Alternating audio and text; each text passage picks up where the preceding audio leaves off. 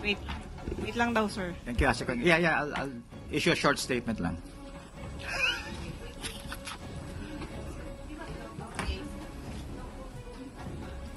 Ah? RTBM.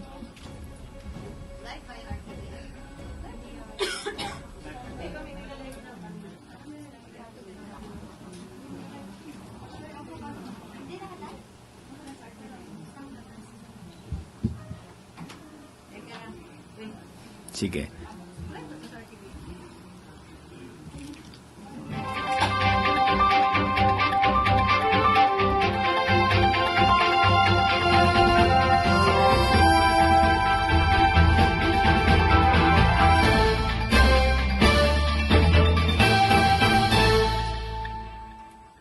Good afternoon, ladies and gentlemen. PCO Secretary Dave Gomez. These wild accusations are completely without basis in fact. All the charges leveled against the President are pure hearsay. Let us not forget President Marcos Jr. himself exposed all these flood control anomalies and has taken numerous steps since to ensure that the guilty are brought to justice, the stolen wealth recovered, and the system is fixed to avoid any of this from happening again. Rep. Saldico should come back to the country and sign everything he said under oath with the proper judicial authorities. Thank you. Secretary Amina Pangandaman of DBM.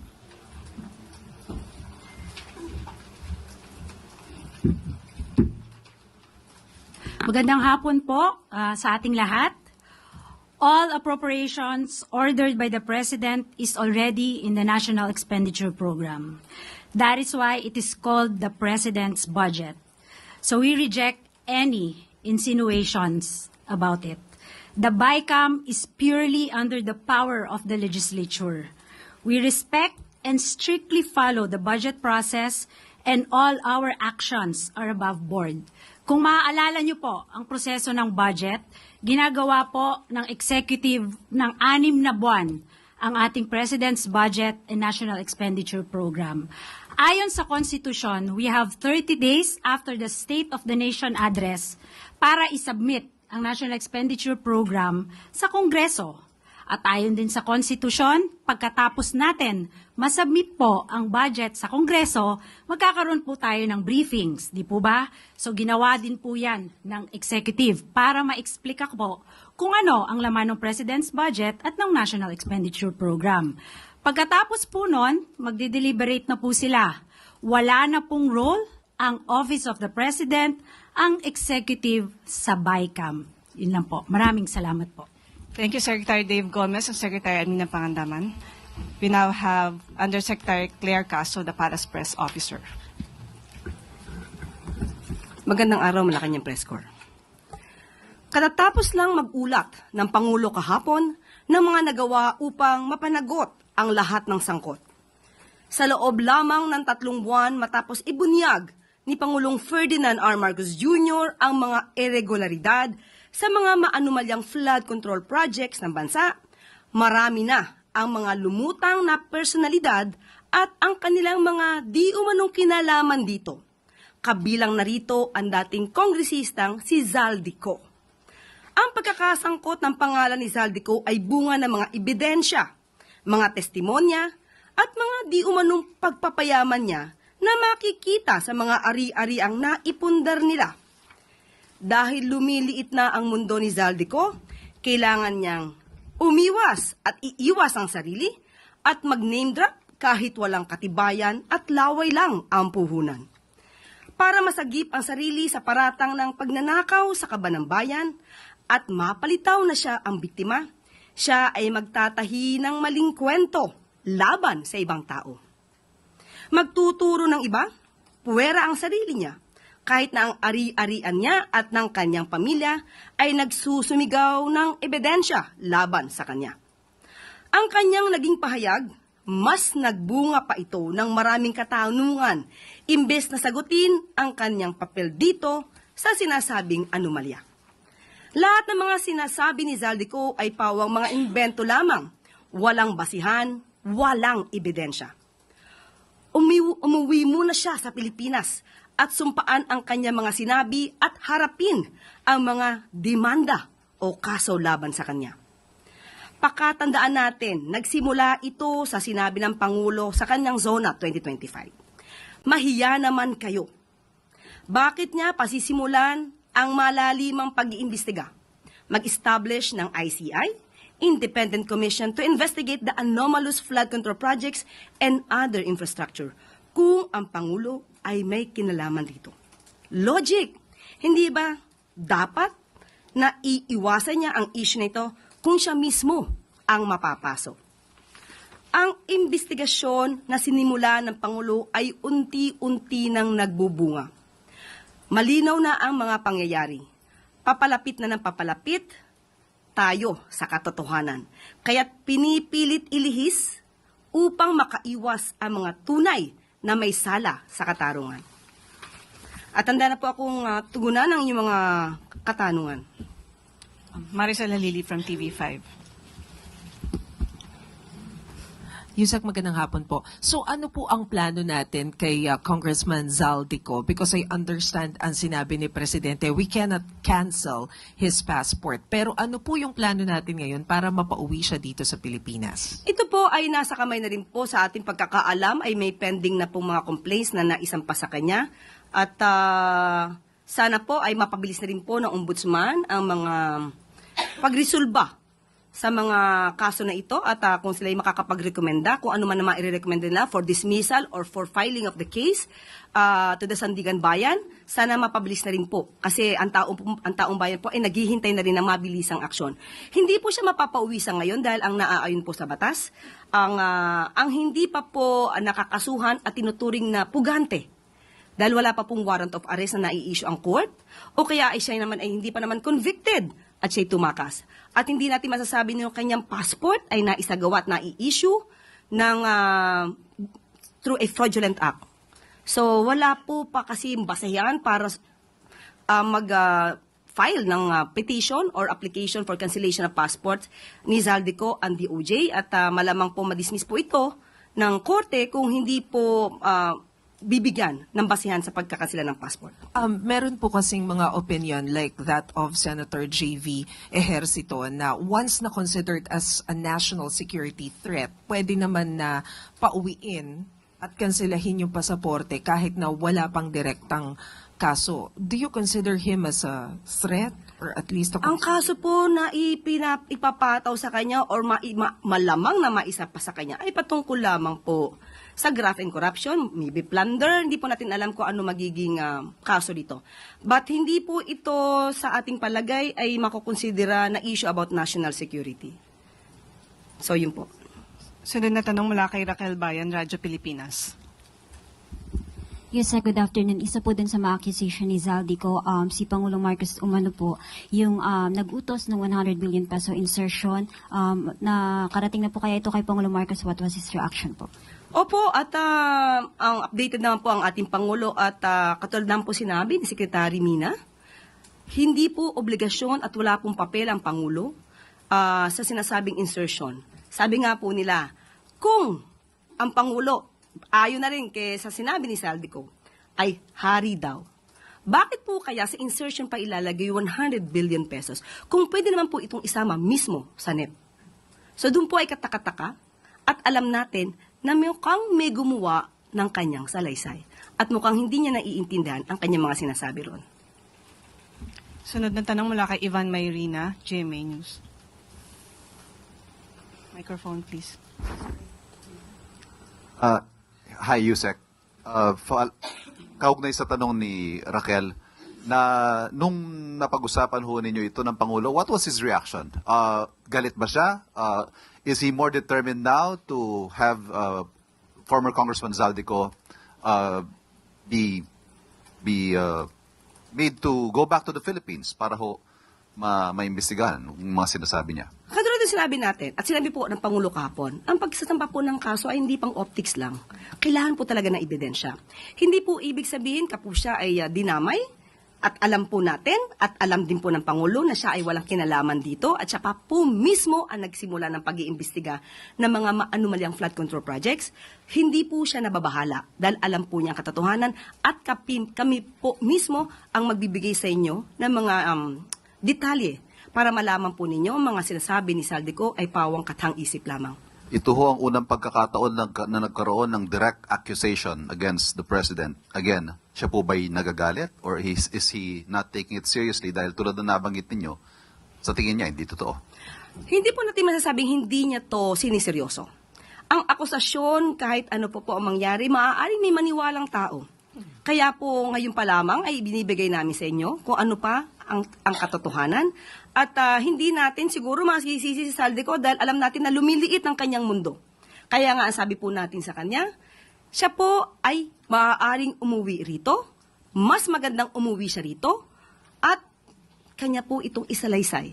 Dito mismo sa bansa, harapin niya ang kaso niya, humarap siya sa notaryo publiko, na lehitimong notaryo publiko. Hindi kung saan-saan lang nakukuha.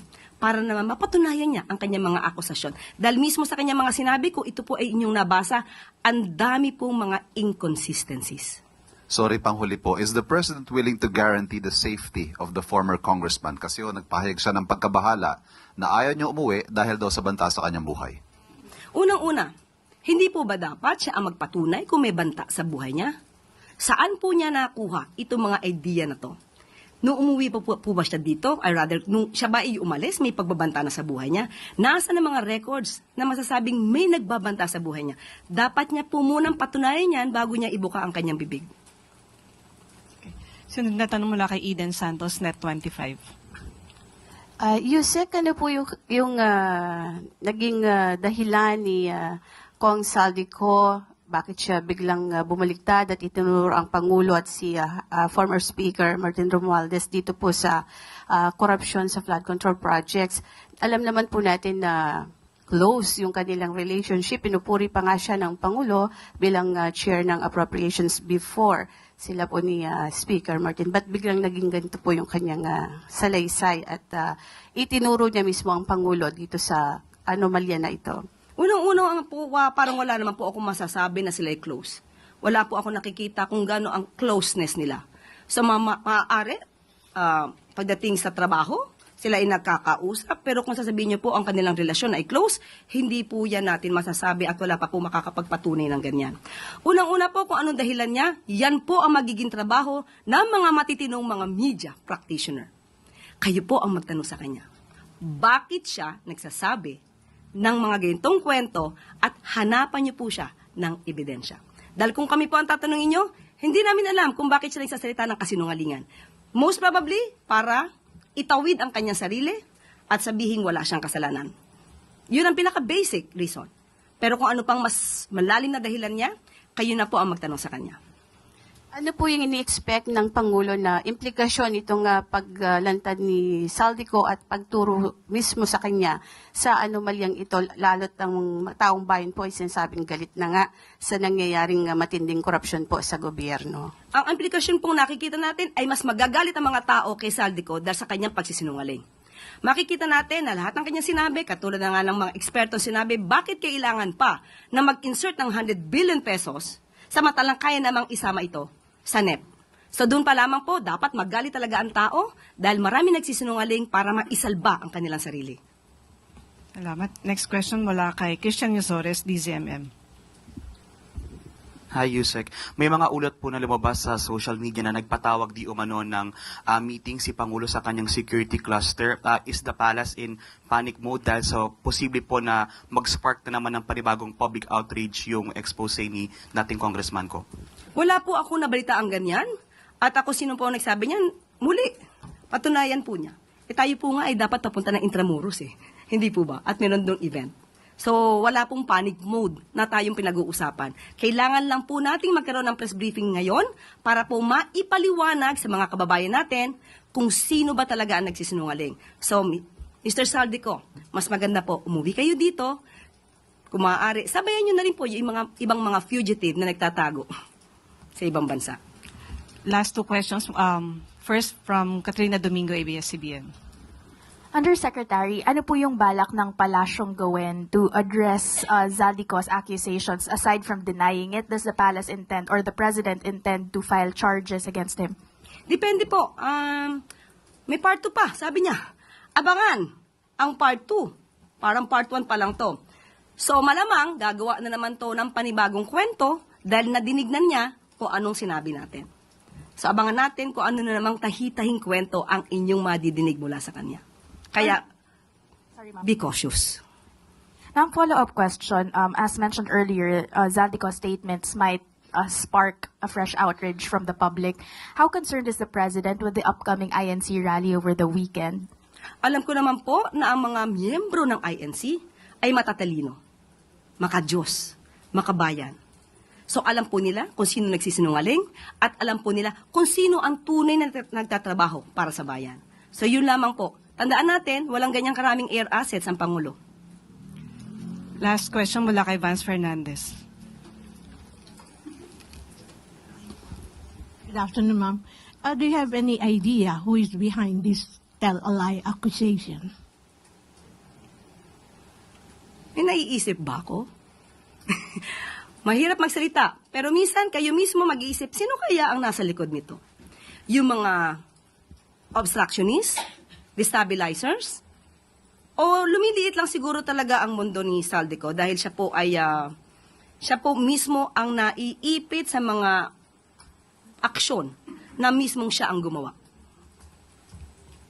Thank you, Yusek Claire. Okay, go. Okay. Ma'am, last na lang po. May we have your reaction about the statement of VP Sara saying na paranoid na raw yung administration, especially now na madaming rally yung nangyayari, and yung pagkontra niya doon sa sinabi ng Pangulo about the status of our economy? Okay, unang-una po, paranoia. Ang paranoia, sabi po nila, ay direct cause ito ng emotional outburst. Meltdown. Hindi po nagme-meltdown ang ating Pangulo. Nagkataon lang po, syempre po, kapag ka po may mga issue, may nababalitaan, may mga nagre-report, na di umanong may gustong magpabaksak sa gobyerno, ano po ba ang dapat gawin ng gobyerno? Matulog? Manahimik? Mag-relax? Kailangan po ito ma-monitor. Hindi naman po ibig sabihin na ito ay may katotohanan, but still, hindi po to dapat na tinutulugan. Patungkol po doon sa, again, Maricel, ano yung second? Sa economy, kinontra niya yung statement ni President. Sa ekonomiya. Tandaan po natin, inamin po natin na naaapektuhan ng economic growth. Bakit? Dahil sa marami pong naging kalamidad. At may issue din po patungkol dito sa korupsyon. At tandaan po natin, ang korupsyon na ito ay hindi lang sa panahon ngayon. Panahon pa po nung nakaraang administrasyon. Hinahanap pa po ang 33.5 billion pesos na patungkol po sa flood control master plan sa Cebu or Metro Cebu. Isa po ito na dapat imbestigahan. Nakakakos din po ito sa ating ekonomiya. Maraming anomalya na dapat nating malaman, pati yung mga ghost projects na inamin naman ng dating Pangulong Duterte. So lahat ng kalat nung nakaraan, ngayon po natin nililinis at malamang isa ito sa nagiging dahilan kung bakit nagkakaroon po ng hindi magandang epekto to sa ekonomiya. But ang pangako ng Pangulo, gagawin ang lahat, pati ang economic team, gagawin ang lahat para po mapaangat pa ang ekonomiya ng bansa. Yusek Claire.